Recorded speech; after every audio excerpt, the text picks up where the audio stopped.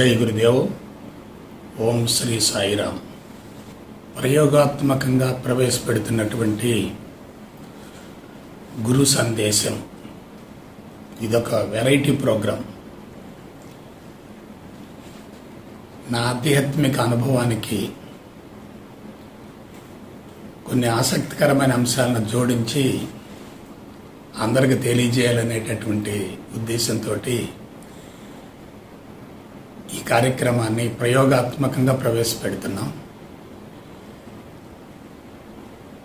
ముందుగా అనుభవాన్ని ఎందుకు ప్రస్తావిస్తున్నానంటే, ఆధ్యాత్మిక మార్గంలోకి ప్రవేశించక ముందు నా జీవితానికి, ప్రస్తుత నా జీవితానికి మధ్య ఉన్న వ్యత్యాసాన్ని అందరికీ తెలియజేయాలనేటటువంటి ఉద్దేశంతో ముందుగా అనుభవాన్ని మీ ముందు ఉంచుతున్నాను. నిన్న పాక్షికంగా కొన్ని విషయాలు మీతో ప్రస్తావించాను. అయితే నేను ఒక విషయం చెప్తున్నాను. నాదొక రకంగా కారణజన్మ. కారణజన్మ అంటే ఒక మహోన్నత కార్యక్రమం కోసం ఎవరి జీవితం అయినా కేటాయించబడేటట్లయితే, ఒక మహోన్నత కార్యక్రమం కోసం ఎవరి జీవితమైనా కేటాయించబడేటట్లయితే దాన్ని కారణజన్మ అంటారు. అంటే ప్రత్యేకంగా లోక కళ్యాణం కోసం ఎవరి జీవితం అయితే అంకితం అవుతుందో వాళ్ళది కారణజన్మగా పిలువబడుతుంది. ఎందుకు ఈ మాట చెప్పడానికి నేను సాహసిస్తున్నానంటే, 91వ సంవత్సరం యోగాలోకి ప్రవేశించకముందు నా జీవితానికి, ప్రస్తుత జీవితానికి మధ్య స్పష్టమైనటువంటి వ్యత్యాసం కనపడుతుంది. నా జీవితాన్ని 4 భాగాలు చేసేటట్లయితే, 91కి ముందు జీవితం అంటే ఆధ్యాత్మిక మార్గంలోకి ప్రవేశించక ముందు జీవితం, 91 నుంచి 93 వరకు జీవితం. అక్కడ ఏంటంటే ఆధ్యాత్మిక పిచ్చి, ఆధ్యాత్మిక తపన, ఆధ్యాత్మిక ఆరాటం, ఆధ్యాత్మికతలో ఏదో ఉందని తెలుసుకోవాలనేటటువంటి ఉత్సుకత, ఉత్సాహం. అది ఆ 2 ఏళ్ల పీరియడ్, 91 నుంచి 93 వరకు. 93 నుంచి 98 వరకు 5 సంవత్సరాలు గురూజీగా ఆధ్యాత్మిక ప్రచారం చేయటం. 93 నుంచి 98 వరకు 5 ఇయర్స్. 98 తర్వాత సంస్థను స్థాపించి సంస్థ అధినేతగా ఇండిపెండెంట్గా కార్యక్రమాలు కొనసాగించటం. ఇక్కడ 91వ సంవత్సరం యోగాలకు ప్రవేశించే నాటికి నేను పూర్తి కన్ఫ్యూజన్లో ఉన్నాను. ఏకాగ్రత తగ్గిపోయింది, జ్ఞాపకశక్తి తగ్గిపోయింది, మతిమరుపు పెరిగింది, మానసిక ఒత్తిడి పెరిగింది, స్ట్రెస్ పెరిగింది. అంతరంగంలో ఎప్పుడు ఘర్షణ జరుగుతూ ఉండేది. దానికి మూల కారణం ఏంటంటే, పుట్టుకతోటే తమో రజోగుణాలతోటి పేదరికంలో ఉంటూ, వెనుకబడ్డ ప్రాంతంలో జన్మించి, అతి భయంకరమైన జబ్బులతో బాధపడుతూ జీవితాన్ని కొనసాగించిన తర్వాత వాటి నుంచి బయటపడటం కోసం నేను చేసినటువంటి ఒక తీవ్ర ప్రయత్నమే 91వ సంవత్సరం ఈ మార్గంలోకి ప్రవేశించడం. అప్పటికి నేను చేసిన పొరపాట్లు ఏమిటంటే, ఆర్థికంగా వెసులుబాటు కల్పించుకోవాలి, ఆర్థిక పరిపుష్టి కలగాలి అనేటటువంటి భావంతో అనుభవం లేకుండా కొన్ని రంగాల్లోకి ప్రవేశించటం, ఆర్థికంగా బాగా నష్టపోవటం, తర్వాత వృత్తికి న్యాయం చేయలేకపోవటం, కుటుంబం పట్ల అశ్రద్ధ వహించటం, జీవితంలో ఏదో కోల్పోయాను, తీవ్రమైన అసంతృప్తి, అలజడి, ఒత్తిడి ఇవన్నీ ఉన్న తరుణంలో వాటి నుంచి బయటపడటం కోసం నేను ఆధ్యాత్మిక మార్గంలో ప్రవేశించాను. వాటి నుంచి బయటపడటం కోసం కేవలం స్వార్థం కోసం ప్రవేశించాను తప్ప ఆత్మ, పరమాత్మ, భూతాత్మ వీటి గురించి నాకు అసలు ఐడియా కూడా లేదు. పైగా వ్యతిరేకిస్తున్నటువంటి వ్యక్తిని హేతువాదం, నాస్తికవాదం, కమ్యూనిస్టు భావాలు, సైన్స్ పరమైన పరిజ్ఞానం, స్వామీజీలన్నా, బాబాలన్నా, దేవుడి గుళ్ళన్నా, పూజలన్నా, పునస్కారాలన్నా వ్యతిరేకిస్తూ ఉండటం వల్ల ఆ మార్గం పట్ల వ్యతిరేకతను పెంచుకొని అవసరం కొద్దీ ప్రవేశించాను నేను. ఇక్కడ ఒక విషయం మీకు ప్రస్తావిస్తున్నాను. 91వ సంవత్సరం అన్ని దారులు మూసుకొని పోయినందువల్ల ఈ మార్గం ద్వారా నాకు ఆరోగ్యం వస్తుంది, మానసిక ప్రశాంతి వస్తుందనే భావంతో నేను ప్రవేశించాను. ఈ మార్గంలోకి ప్రవేశించిన తర్వాత మిత్రులారా, మీకు ఒక ఓపెన్ సీక్రెట్ చెప్తున్నాను, బహిరంగ రహస్యం చెప్తున్నాను. ఈ మార్గం ద్వారా నాకు లబ్ధి కలగకపోగా నేను కొంత నష్టపోయాను. ఈ మార్గం ద్వారా నాకు లబ్ధి కలగకపోగా కొంత నష్టపోయాను. ఎందుకంటే నేను శిక్షణ తీసుకున్నటువంటి సంస్థలో నాకు తర్ఫీదునిచ్చినటువంటి గురువులు ఆధ్యాత్మికత గురించి, ధ్యానాన్ని గురించి, సమాధాభ్యాసాన్ని గురించి శాస్త్రయుక్తమైనటువంటి వివరణ ఇవ్వలేదు. కేవలం నామమాత్రంగా, తూతూ మంత్రంగా శిక్షణ తరగతులు నిర్వహించి సొమ్ము చేసుకున్నారు తప్ప నిజంగా నాకు ఏది అవసరమో నాకు అక్కడ లభించలేదు. కానీ ఎందుకు ఆ మార్గం పట్ల ఎక్కువ ఆకర్షింపబడ్డానంటే మిగతా మార్గాలన్నీ మూసుకుపోయాయి. అంతరంగంలో అసంతృప్తి, అలజడి, మానసిక ఒత్తిడి, రుగ్మతలు ఎక్కువ కావటం, పరధ్యానం పెరగటం, మానసిక సంఘర్షణ జరుగుతున్నప్పుడు ఈ మార్గంలో నా సమస్యలకు పరిష్కారం దొరుకుతుందనే భావంతోనే ప్రవేశించాను నేను. అంటే దీన్ని బట్టి మనం అర్థం చేసుకోవాల్సింది ఏంటంటే ఆధ్యాత్మిక మార్గం ఎంత ఉన్నతమైనదైనప్పటికీ అందించే విధానంలో లోపాలుంటే ఏమవుతుంది? కొంచెం ఆలోచించండి. మార్గం మంచిదే, కానీ అందించే విధానం ఎలా ఉంది? సమాధాభ్యాసాన్ని గురించి కానీ, ధ్యానాన్ని గురించి కానీ, సబ్జెక్టుని గురించి కానీ శాస్త్రయుక్తమైనటువంటి వివరణ కోరుకున్నాను తప్ప పిచ్చి కథలు, పిట్ట కథలతో నేను సంతృప్తి పడేవాడిని కాదు. అందుకని 91లో ప్రవేశించినప్పుడు అందులో ఏదో ఉంది అనేటటువంటి ఆసక్తి మాత్రం కలిగింది తప్ప దాన్ని నేను అందుకోలేకపోయాను. 91వ సంవత్సరం యోగాలకు ప్రవేశించిన తర్వాత ఇక నిన్న చెప్పాను, గుర్తుకు తెచ్చుకోండి, మరలా చెప్తున్నాను. ఆధ్యాత్మికత తక్కువగా ఉంది, ఆధ్యాత్మిక పిచ్చి ఎక్కువైపోయింది. ఒక రకంగా మీరు ఆధ్యాత్మిక మార్గంలోకి ప్రవేశించిన వాళ్ళని జాగ్రత్తగా పరిశీలించండి. ఆధ్యాత్మిక సమత్వం తక్కువగా ఉంటుంది, ఆధ్యాత్మిక పిచ్చి ఎక్కువగా ఉంటుంది. అదొక రకమైన మత్తు. ఆ మత్తులో పడిపోయాను నేను కూడా. అయితే ఆధ్యాత్మిక మార్గంలో ఉన్నటువంటి కీలకమైనటువంటి అంశాల గురించి లోతుగా అధ్యయనం చేయాలనేటటువంటి తపన మొదలై మొట్టమొదట భగవద్గీత పట్టుకున్నాను. భగవద్గీత,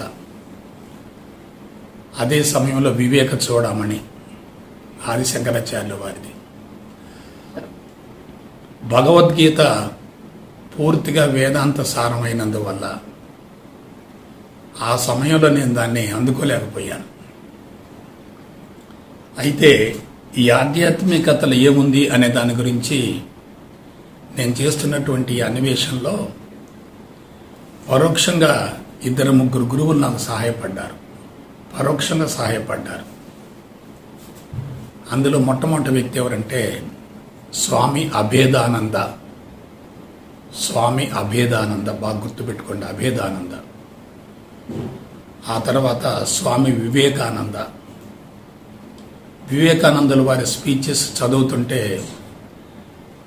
ఒక రకంగా నిద్రపోతున్నటువంటి వ్యక్తులకు కూడా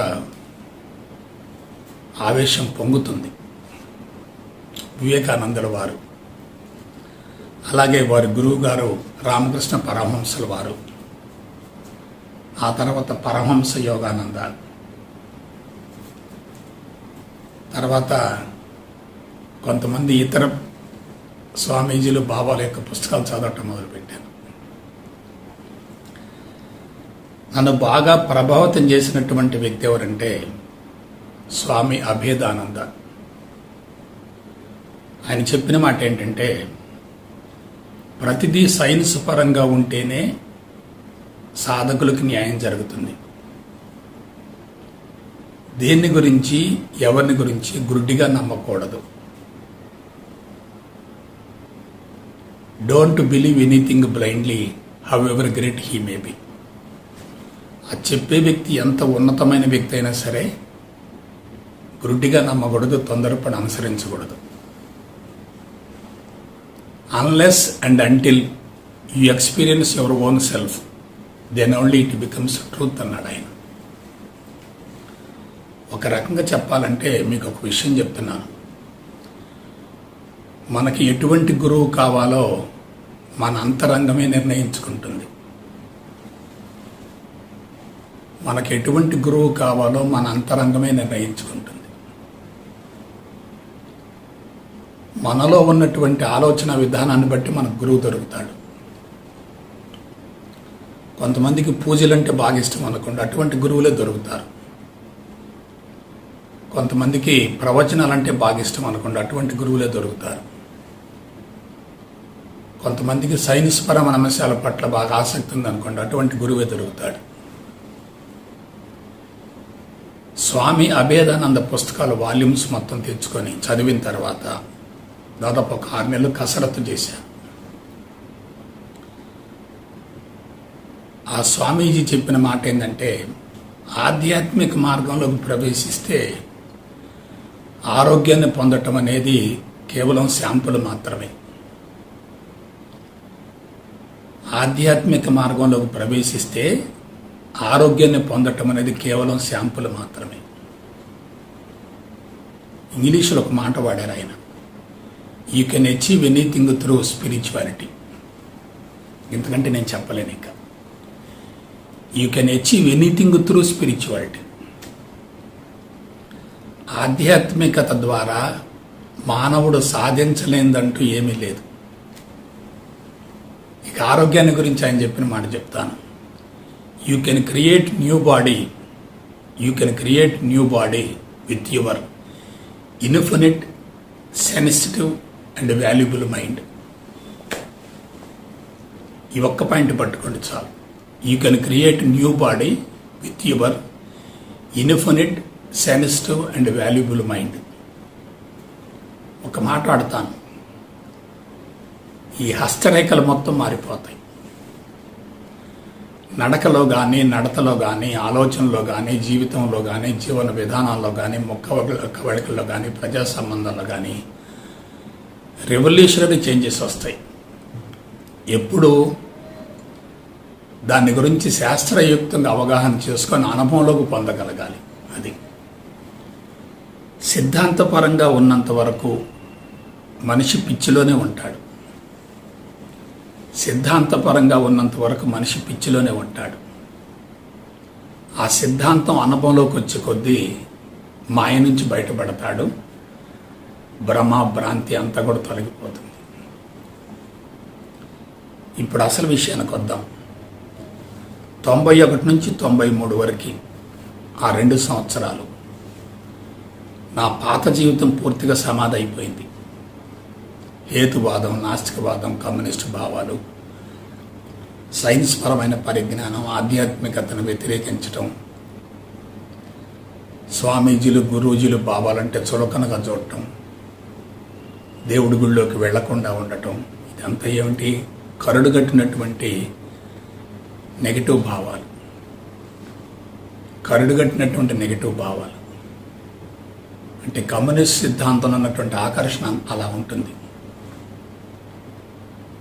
ఇలా నేను ఆ మత్తు నుంచి బయటపడుతూ ఈ మార్గాన్ని గురించి నేను చేస్తున్నటువంటి పరిశోధనలో ఒకచోట నాకు ఒక కొటేషన్ దొరికింది. అదేంటంటే,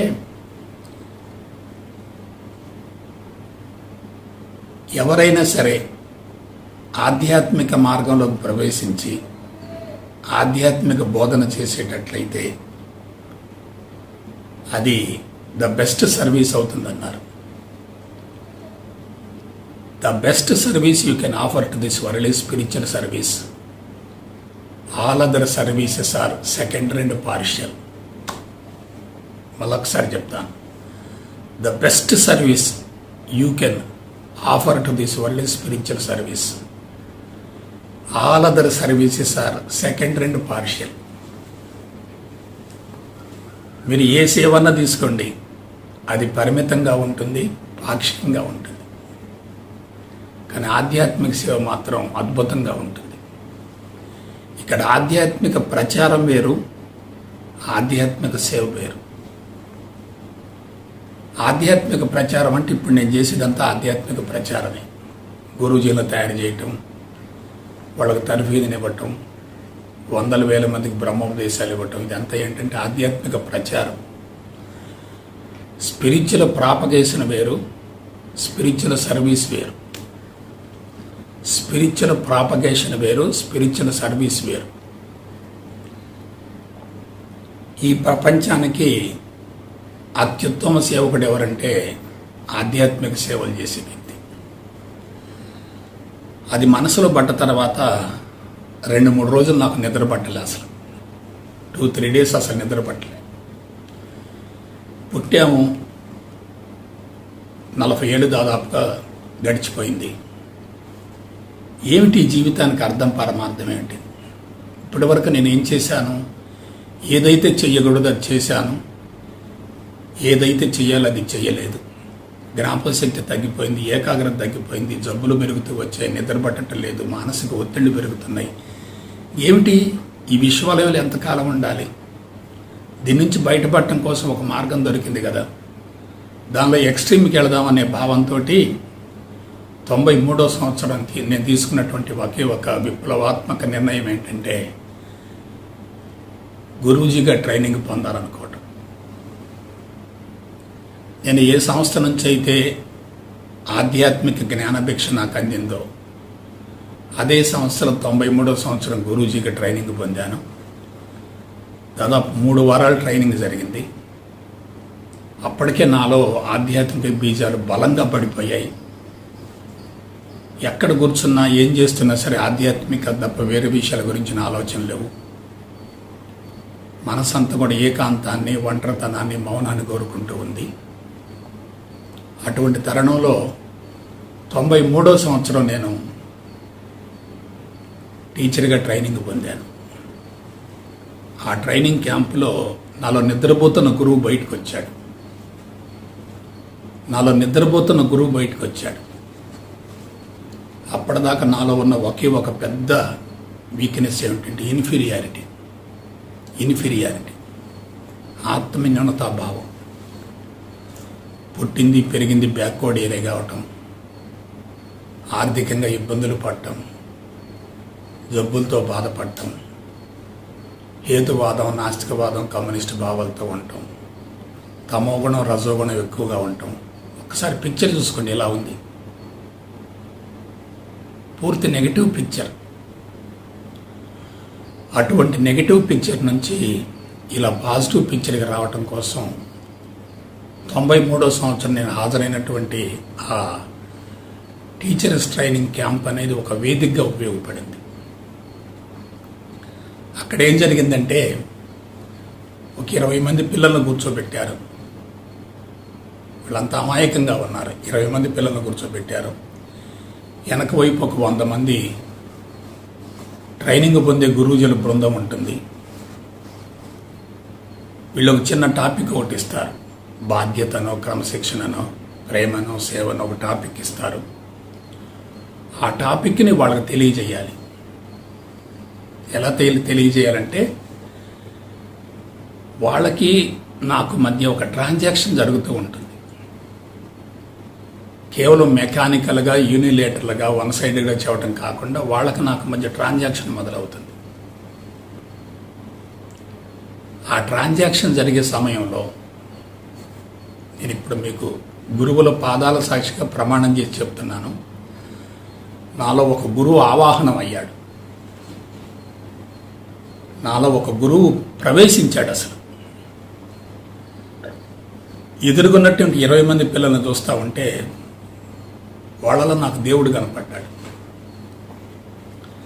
నేను గురుస్తోత్రం చెప్పి నా ఎదురుగున్నటువంటి 20 మందిని చూశాను తప్ప ఇంకెవరిని చూడలే. అసలు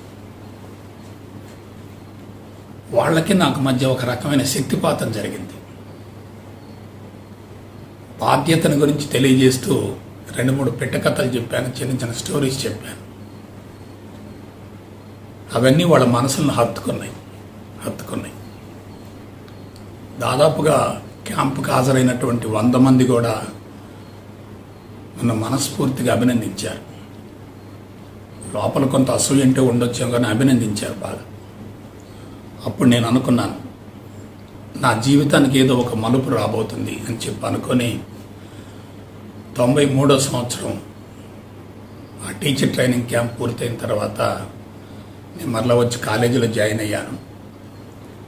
ఒక 2-3 నెలల తర్వాత క్లాసెస్ ప్రారంభించాను.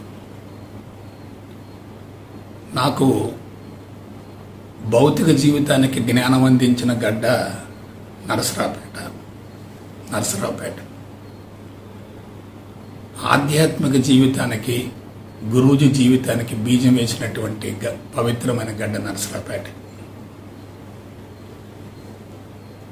నేను ఈరోజు ఒక స్థాయికి వచ్చానంటే దీని వెనుక కొన్ని 100,000 మంది యొక్క శ్రమశక్తి ఉంటుంది. కొన్ని 100,000 మంది యొక్క శ్రమశక్తితోటి ఈ జీవితం ఎదుగుతుంది.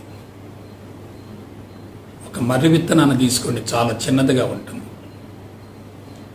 అదే ఒక 10 సంవత్సరాల తర్వాత ఆ విత్తనం నుంచి వటవృక్షం వస్తుంది. అలాగే 93వ సంవత్సరం నాకు గురుపీఠానికి అవకాశం కల్పించి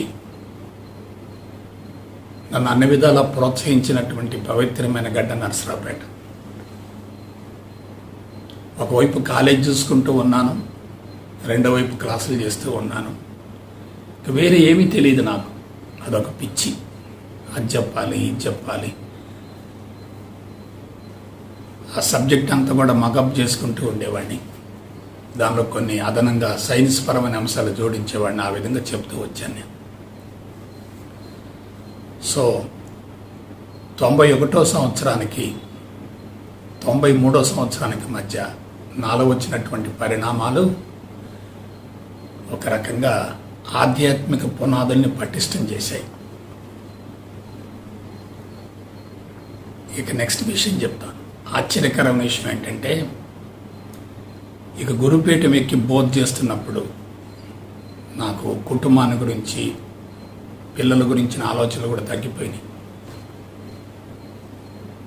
నరసరావుపేట క్లాస్ చేయటం, చెలుగురుపేటకు వచ్చి కాలేజ్ చూసుకోవటం, మళ్ళీ నరసరావుపేట పోవటం తప్ప నాకు ఇంక ప్రపంచం తెలియలేదు. బస్సు ఎక్కి కూర్చున్నా సరే అదే ఆలోచనలు వస్తూ ఉండే. ఇదంతా ఎందుకు చెప్తున్నానంటే, నాలో ఒక గురువు ఆల్రెడీ ఉన్నాడు. ఎన్నో జన్మల నుంచి నాలో గురువు ఉన్నాడు. ఆ గురువు బలవంతంగా అణిచివేయబడ్డాడు. 91వ సంవత్సరం యోగాలకు ప్రవేశించే నాటికి ఆ గురువు బయటికి రావటానికి మార్గం క్లియర్ అయిపోయింది.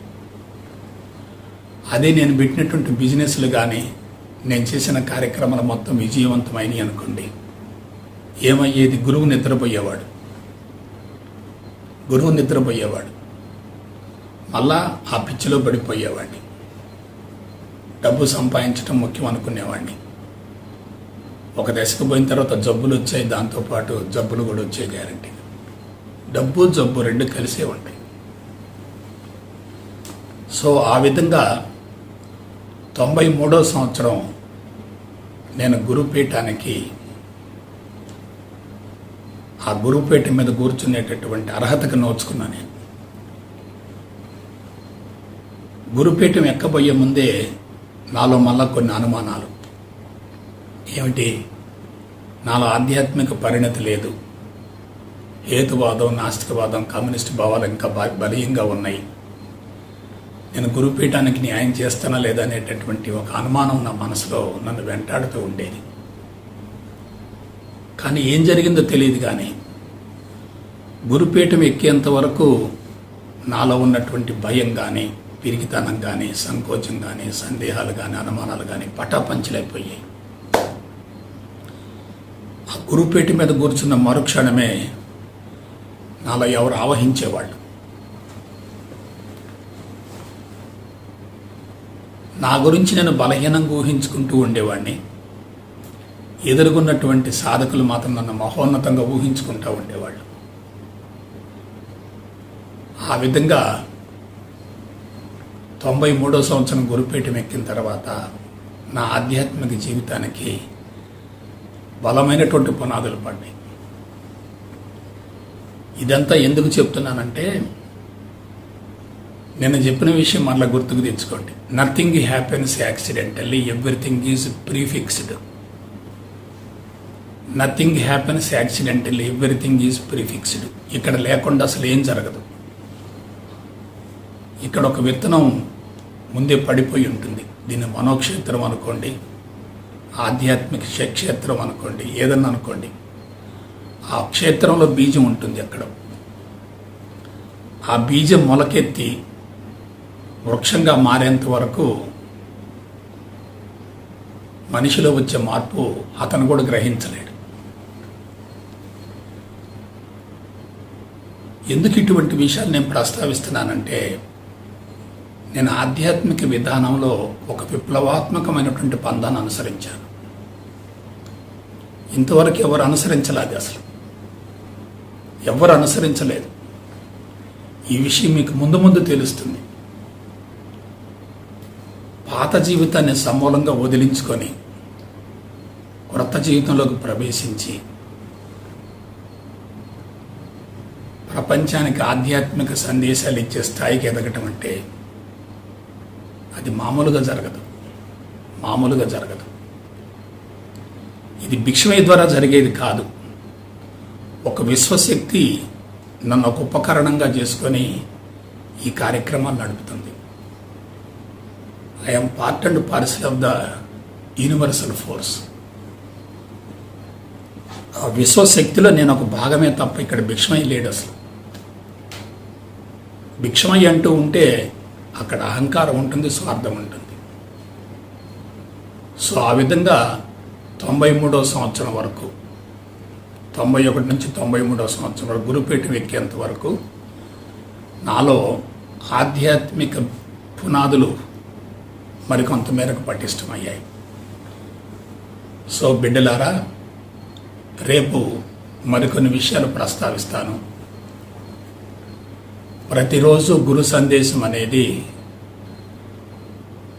నాకు నేను ఇచ్చుకునే సందేశమే. గురు సందేశం అనేది నాకు నేను ఇచ్చుకునే సందేశమే. పుస్తకాలు చూడటం కాదు, సమాచారం సేకరించడం కాదు, బట్టి పెట్టడం కాదు. నా ఓన్ ఎక్స్పీరియన్స్ని మీ ముందు పెడుతున్నాను. సహృదయంతో స్వీకరిస్తారని చెప్పి మనసా వాచ కర్మణ కోరుకుంటూ సెలవు తీసుకుంటా. జై గురుదేవ్, జై గురుదేవ్, జై గురుదేవ్.